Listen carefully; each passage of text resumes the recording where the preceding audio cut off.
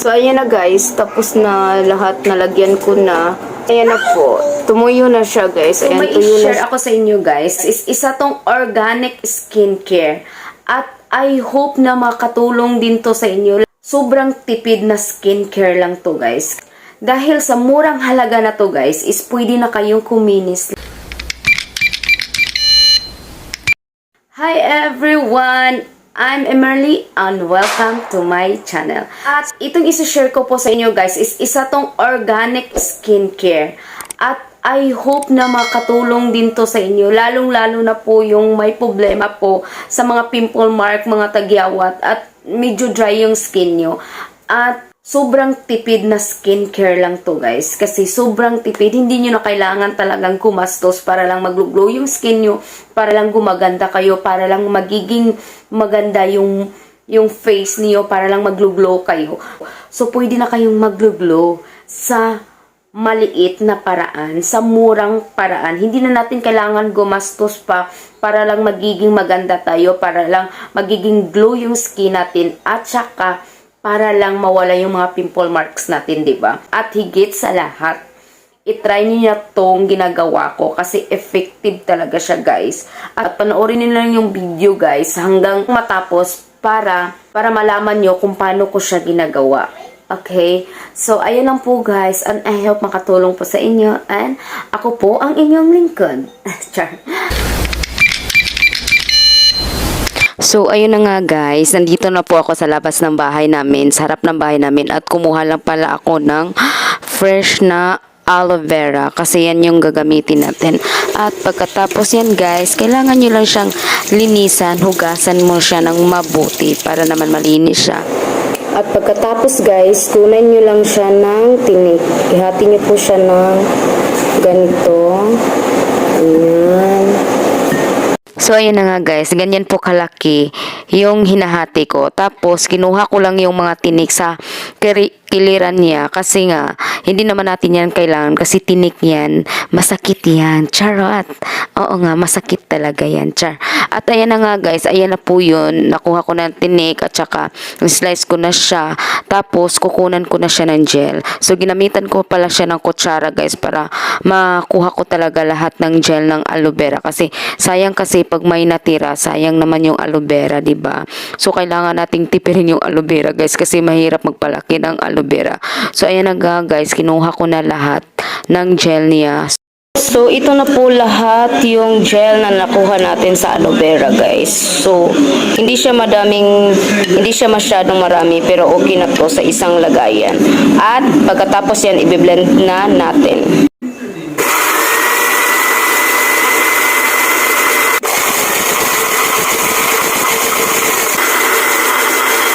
So, ayan na guys. Tapos na tayo nag-blend at kailangan lang natin ng kape. Any kind of kape guys, pwede po siya. At kailangan nyo lang po ng tissue. Kahit anong brand na tissue, pwede din siya. At kailangan din nyo ng 2 kalamansi. Ayan, sineslice ko na yung kalamansi. Ready na yung pigain. At kailangan natin mag-measure. Kailangan nyo lang ng 1/2 teaspoon para i-measure natin yan mamaya sa kape. At ayan, kailangan nating ilagay yung 2 lemon. At ayan, hayaan nyo na yan guys ha. May bata dyan. Nanood. Akala niya pagkain yung ginagawa ko. Naku anak, sorry ha. Kasi ano yan, paganda yan ni mami. So ayan, nanood lang siya. Hayaan nyo na guys. At i-shake nyo lang guys para maghalo yung aloe vera at saka yung lemon. Kailangan natin paghaluin yung 2 ingredients na yan. O diba? Kailangan nyo lang din ng flat brush para gamitin natin mamaya pang pahid. At ayan na nga yung kape. Kinuha ko na.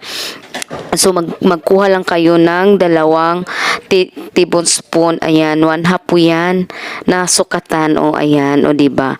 Akala kasi ng anak ko, guys, kakainin niya yan. At ayan po yung tissue, guys. Malinis na malinis po yan. So, dahil nga, tapos na natin ilagay lahat ng mga ingredients natin para lang tayo nagluluto, para lang tayo nagbibig. Ayan, i-shake na natin. Itudo na natin pag-shake para maghalo na lahat. Ayan, tinikman na ni BBI pa.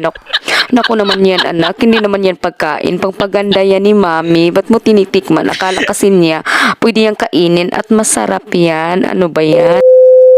So, ayan guys, ito po yung mukha ko guys. Madami talaga akong mga pimple mark like this. Ayan, ito yung pinakamatagal na mga, I think mga 2 years na hindi siya nawala. Ayan. Kasi pag kasi ako guys, pagka magka-pimples ako, sobrang laki yung mga pimples ko. Kaya hindi siya talaga madaling matanggal. Kaya ginagawa ko na lang to ng magic At ito na pala yung tissue guys. Ayan. So hatiin natin before natin siya ilagay. So dalawa kasi to. So ayan. Charan! Ayan, dalawa siya. At first, kailangan nyo lang kumuha ng brush guys. At ilagay nyo lang siya ng pagkakas. And ang sarap, ang bango ng kape.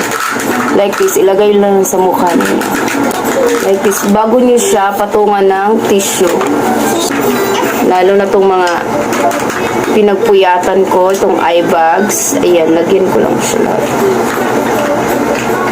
Ang putla ko naman. Ano nangyari? Hatiin lang natin ang mga maliliit. Nakasya sa mukha natin. Like this. Ayan, basain natin siya.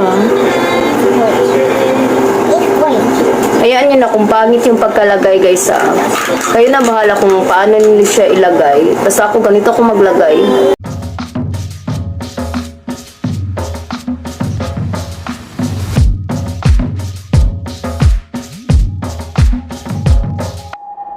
Hindi malagyan. Tapakan nyo lang siya.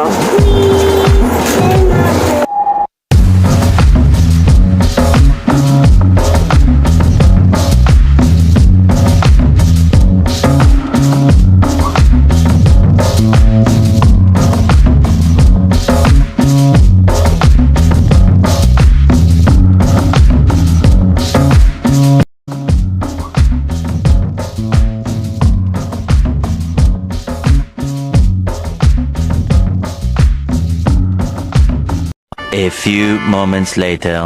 So, ayan na guys. Tapos na lahat. Nalagyan ko na. So, maghintay lang po tayo guys ng 30 minutes bago natin to kunin. Parang absorb talaga ng skin natin yung nilagay natin na mga organic na mga nilagay natin. So, ayun na. Hintayin na natin ng 3 minutes guys. And I will be back. So guys, ayan na po. Tumuyo na siya guys. Ayan, tuyo na siya. At dito na part, medyo hindi siya masyadong tuyo. Pero okay na yan guys. So, sobrang okay na to. At pwede natin siyang tanggalin. At, take note pala guys, kailangan nyo lang siyang gawin ng 7 days para makita nyo nag-improve yung face ninyo, nag-improve yung skin ninyo. So, gawin nyo po siya ng 7 days, okay? So, kailangan na natin siyang tanggalin. Unahin natin dito sa noo. I feel nauseous, believe me. Never had a lot of shit come easy. Had to work hard, struggle just to be me. Had to rise up just so they could see me. Did what I had to do just to feed me. And what was left over I put. So guys, ito na po yung face natin. At kailangan lang natin maghilamos guys. So ayan na nga guys, tapos na ako maghilamos. At ayan, wala yung filter guys ha. At hindi ko talaga siya nilagyan ng filter para makita nyo. Ayan diba, kuminis yung mukha natin. Wow, ang galing, ang ganda niya. At saka guys, kung nakikita nyo, may paparating ako na pimple. So, kailangan ko siyang lagyan ng toner ni Dr. Becky Bello. So, iganyan ko lang siya guys. Tapos ganyan, lagyan ko lang siya dyan. Ayan. At next guys, before talaga ako matulog, naglalagay talaga ako ng cream. At itong cream na to guys, sobrang tulong siya sa skin ko at saka sa mga pimple mark ko. Nakatulong din siya super. Ito yung Koji cream. Ayan, maliit lang po siya pero ang ganda niya guys, super. At saka may 15 SPF pa siya. So, protektado ka na sa araw. So, ito, nilagay ko to siya sa gabi.